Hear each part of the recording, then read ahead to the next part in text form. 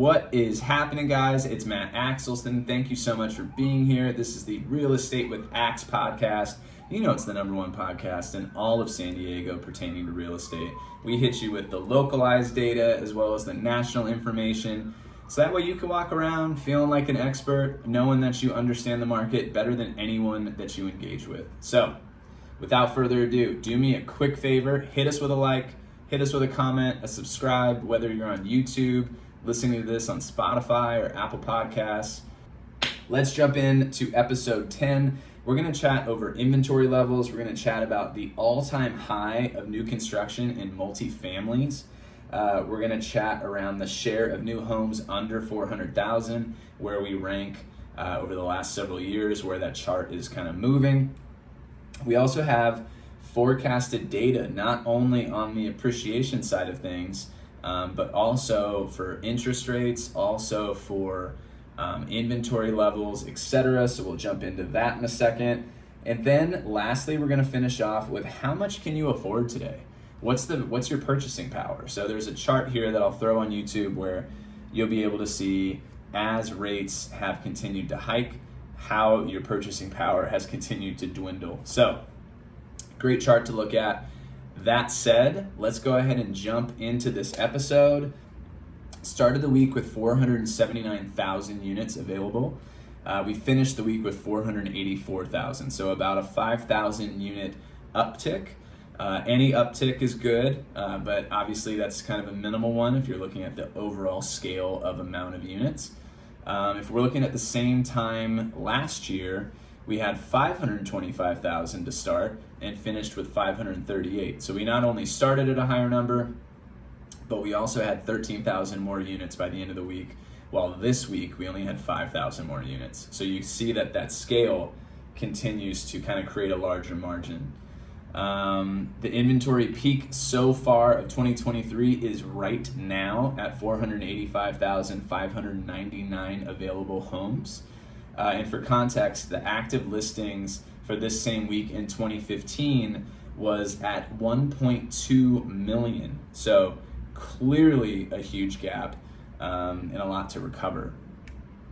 So again, kind of leaning more into the new listing aspect of inventory.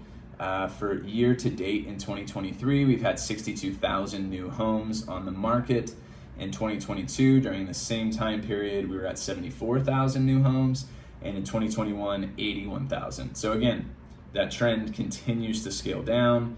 That's not going to shift until we have some very large commitments on the development side for single-family residences. That's just plain and simple. And so on the other side of development has been multifamily. And so we've seen that tremendously scale throughout the last 3 years. What we're seeing now is I have a chart here that I'll throw on the video, where it's starting in 1970 and going through today, and we currently are at an all-time high of total multifamily units under construction around the country. This is something that I had a conversation about this past Friday in University Heights with another volunteer there. I volunteer in that community, where he was speaking to inventory levels. We were chatting around a local law called SB 10, and that revolves around density and what's able to be built on top of a single family lot.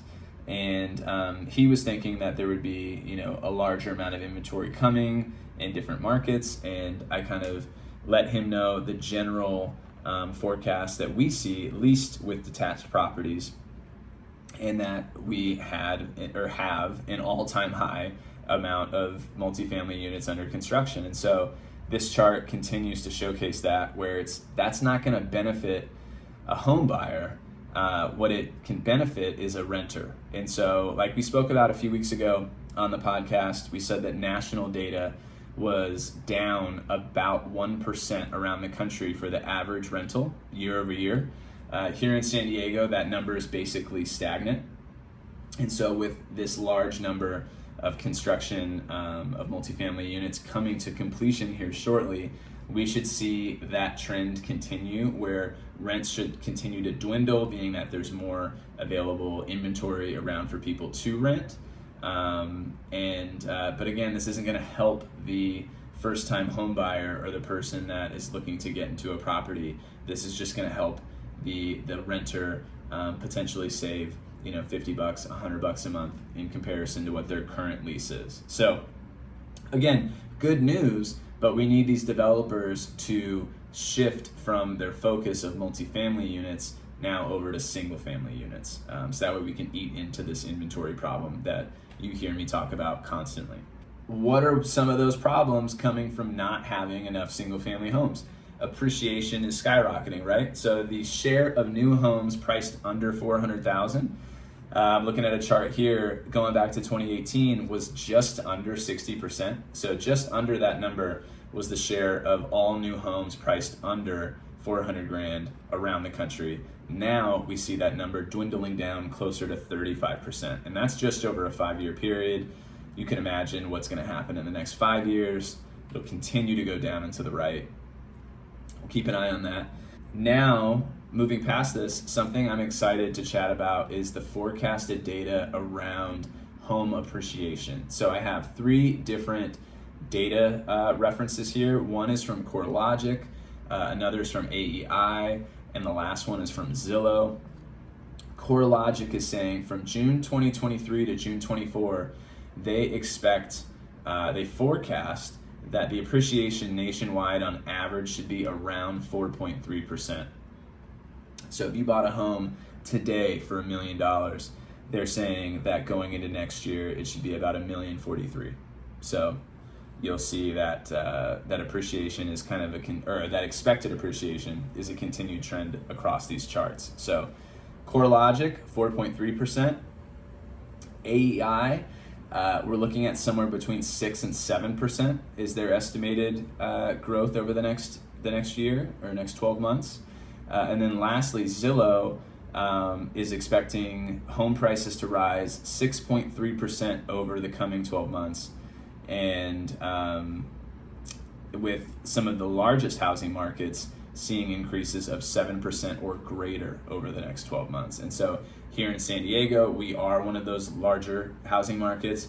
And so what Zillow is saying is you can expect at least 7% or greater in appreciation over the next 12 months. So if you are a homeowner now, more great news as you're continuing to build equity. If you're a home buyer, this is probably expected news, but also hopefully this can get you off the sidelines and understand that we need to get you in the game now and not continue to wait because prices are not getting more affordable. If you can afford to purchase a home today, we should get you into something, and that way you can utilize these equity gains that everyone else is getting around the country. Okay, now this one is actually a really cool chart. This is from MBA Mortgage Finance Forecast, and so they speak to inventory levels. They also speak to the 30-year fixed mortgage rate, and also the median price of new homes. And so what we're seeing here on the interest rate is that they think that by the end of 2024, we may be down into the high 4%. I think that might be a little aggressive. I would think that we'll probably be in the mid 5s. Mid 5s are great. I mean, that's down, as of today, we're at 7.14. That would put us down, over 1.5 points down to about 5.5. That would be exceptional. It would open up a lot more inventory because people that have a rate in the 4s might feel okay to now go ahead and move because the price jump in their monthly payment wouldn't be as significant. But again, just kind of continuing to prove that get into a home now. We don't see home prices dwindling.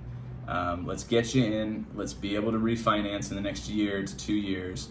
Bring your payment down, and you'll be happy that you locked in the price point that you did when you did, because every single data reference that I see has prices continuing to scale. And then the last thing I want to cover is home affordability. What can you afford today? What's your purchasing power look like? And so this is actually a really cool chart. It's kind of a sloping graph. Unfortunately, it's sloping pretty aggressively, but it shows you where rates were when they made the chart, and so it's just about a week ago. So rates are in the high 6s from what they're saying. So at 6.81, it's showing you what a $1,000 payment would equate to, $1,500, $2,000, $2,500, $3,000, and $3,500 payment. And so at that highest number, what they're showing is that you can effectively afford somewhere above the $525,000 price point at $3,500 a month. If you go back to our rates of around 3%, that same payment monthly would get you somewhere a little over $730,000. So $200,000 difference in home affordability. So it's definitely something to keep an eye on. It's also quite alarming. So as we continue to see those rates come down, your purchasing power continues to rise, but also everyone else's does too. So I think one of the biggest things to do in the moment is, if you are in the market to potentially purchase a home, chat with your realtor, figure out what you can afford. So team yourself up with a great lender. If your realtor doesn't have one, I've got one. And then following getting your pre-approval, we'll then start seeking out inventory for you off market. So rather than competing with everyone else and their mom out here and trying to get something for a relative good price, quote unquote, we can actually go out, create inventory for you, find the specs that you're looking for in particular. So if you want a 3-bedroom, 2-bath, has to be 2,000 square feet and needs to be in this particular zip code, great. I'll pull all the data, all the homes that apply to those different references that you made, and then start calling on those owners and see if they'd entertain an offer. And if they would, now we've got something off market for you where we can save you money in a number of different ways and get you into home ownership sooner than later, and you're not having to fight everybody at the open house. You're not having to jump over someone else's offer. And it's just another value add that we try to provide for clients like you. Okay, let's go ahead and just quit there. I want to make sure I'm not talking your ear off for the rest of the day. Wherever you are, thank you so much for listening. Thank you for watching. Thank you for engaging. I really appreciate it. I hope that I'm providing some value to you. And if so, make sure to hit us with a like. I mentioned that earlier, but we need that. It helps all these videos and podcasts continue to gain more traction. And if you think that this could help one of your friends or potentially give them a little bit more information as to their real estate journey and maybe give them some more confidence as to what they're thinking about doing here in the near future, please share that with them. And in the meantime, you know where to find me. Down in the show description, you'll see my Calendly link. So if you want to do a discovery call, a buyer consultation, a seller consultation, I'd love to chat with you and learn more about your goals. But in the meantime, at Real Estate with Axe everywhere on social media, and realestatewithaxe.com. So I hope you guys have a great rest of the day, evening, morning, whenever you're listening to it, and I'll catch you guys next week.